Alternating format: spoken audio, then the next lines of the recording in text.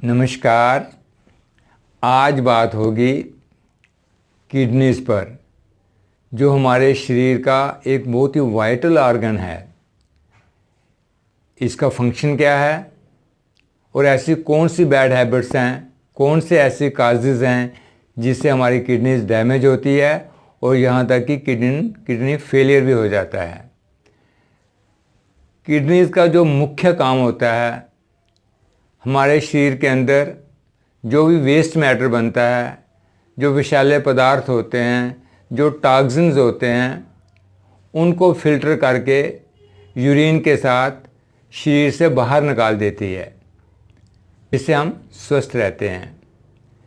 Kidneys पानी की मात्रा को भी संचालित करती है, इलेक्ट्रोलाइट्स का बैलेंस भी करती है, जैसे सोडियम हुआ, पोटाशियम, कैल्शियम, इनको संचालित भी करती है।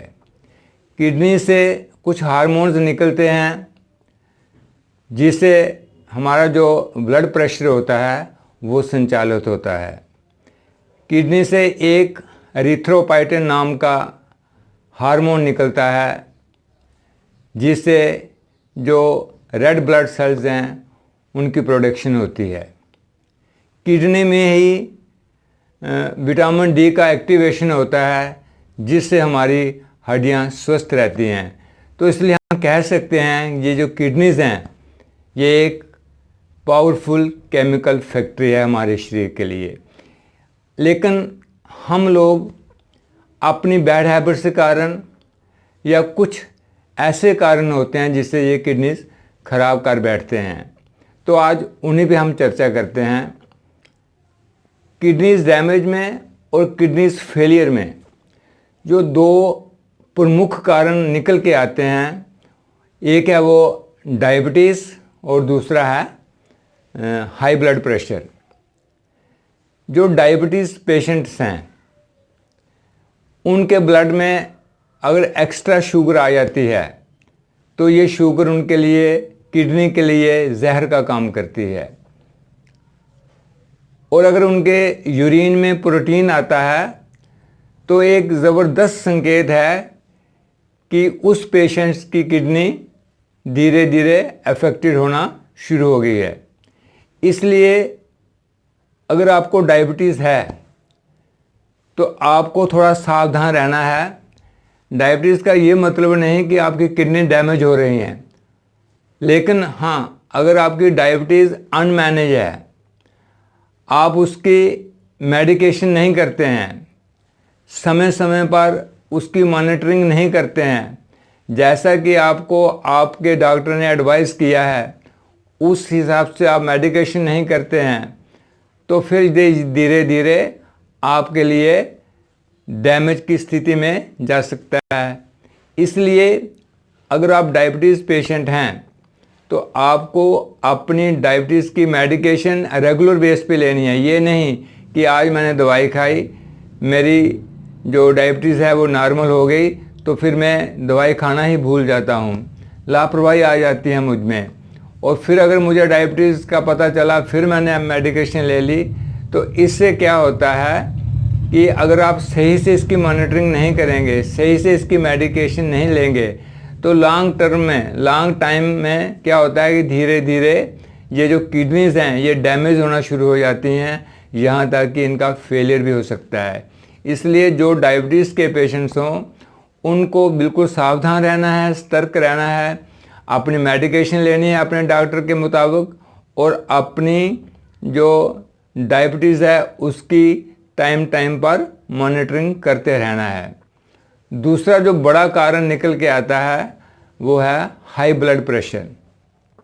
लगभग 40% की जो किडनी फेलियर केसेस हैं वो डायबिटिक पेशेंट्स के आते हैं, और लगभग 40% के जो केसेस हैं किडनी फेलियर के या डैमेज के वो हाई ब्लड प्रेशर के जो पेशेंट्स हैं उनमें मिलते हैं। हाई ब्लड प्रेशर में क्या होता है कि जो हमारी किडनीज़ है उसके जो फिल्टर होते हैं वो धीरे धीरे ख़राब होना शुरू हो जाते हैं, उनकी कार्य क्षमता घट जाती है। और फिर हाई ब्लड प्रेशर के कारण क्या होता है कि हमारी जो किडनीज़ हैं उनको पूरी तरह ब्लड की सप्लाई नहीं मिलती है, क्योंकि जो कैपिलरीज होती हैं जिन पे हम ब्लड कैरी करते हैं जो हमारे किडनीज के लिए, उनकी स्पेस कम हो जाती है, जिससे हमें हमारी किडनीज को ब्लड की सप्लाई कम मिलती है, ऑक्सीजन की सप्लाई कम मिलती है और किडनीज को न्यूट्रिशन कम मिलती है, जिससे ये धीरे धीरे किडनीज पे बैड इफेक्ट डालते हैं और लॉन्ग टाइम में किडनीज हमारी डैमेज होने लगती हैं, वो यहाँ तक कि फेलियर भी हो सकती हैं। इसलिए जो भी लोग हाई ब्लड प्रेशर से ग्रस्त हों, उनको भी अपने ब्लड प्रेशर को मैनेज करना है, अपने डॉक्टर के मुताबिक, एडवाइस के मुताबिक जो भी वो मेडिकेशन देता है, जैसे ही वो समझाता है उस प्रकार रेगुलर बेसिस पे आपको मेडिकेशन करनी है और अपने हाई ब्लड प्रेशर की मॉनिटरिंग करते रहना है, उसको मैनेज करके रखना है। ये नहीं कि दिन में तो मैंने दवाई खाई, मेरा जो ब्लड प्रेशर है वो नॉर्मल आ गया, लेकिन मैं रात को सोने से पहले दवाई नहीं खाता हूँ तो रात में क्या होता है कि मेरा ब्लड प्रेशर फिर से वो इंक्रीज़ हो जाता है। तो अगर ये लॉन्ग टाइम प्रोसेस चलता है तो ये किडनीज़ के लिए बहुत ही हार्मफुल है।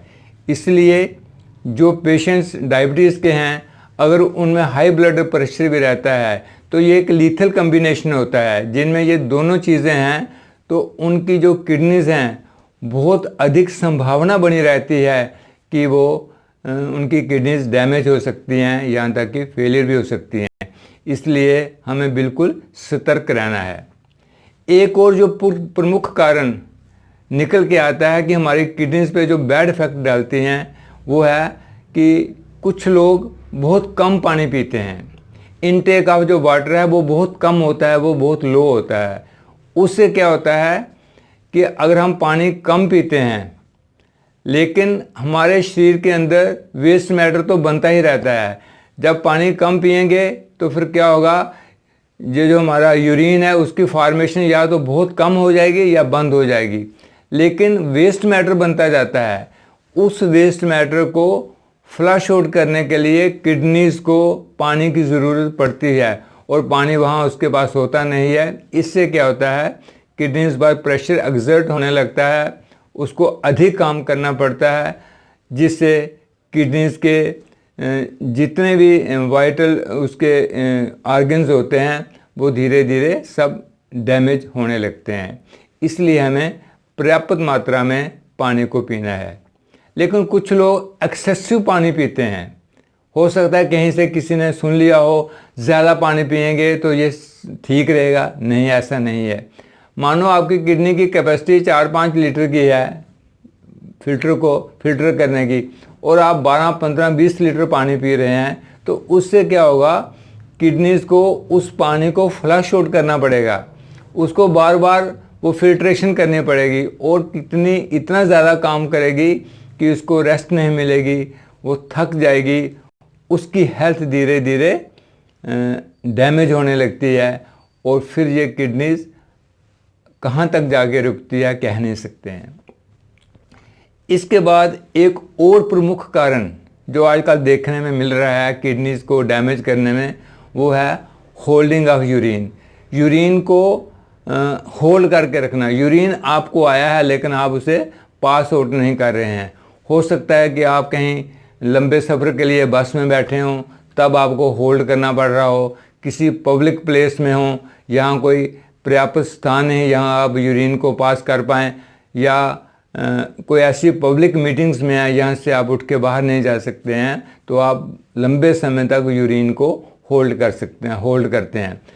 अगर ये कभी कभार ऐसी स्थिति हो तो किडनी उसको मैनेज कर सकती है। लेकिन अगर आप इस चीज़ को अपनी आदत में शुमार कर लेते हैं कि मैं यूरिन को होल्ड कर सकता हूँ लंबे समय के लिए, तो उससे क्या होगा, धीरे धीरे आपकी किडनी पे जो बैड इफ़ेक्ट है आना शुरू होगा और आपकी किडनी ख़राब हो सकती हैं।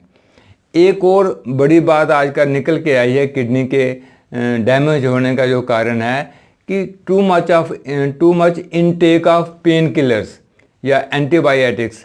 अगर हम लंबे समय तक पेन किलर्स लेते हैं या एंटीबायोटिक्स लेते हैं तो उससे भी क्या होता है कि उसका जो साइड इफ़ेक्ट पड़ता है उससे हमारी किडनीज डैमेज हो सकती हैं।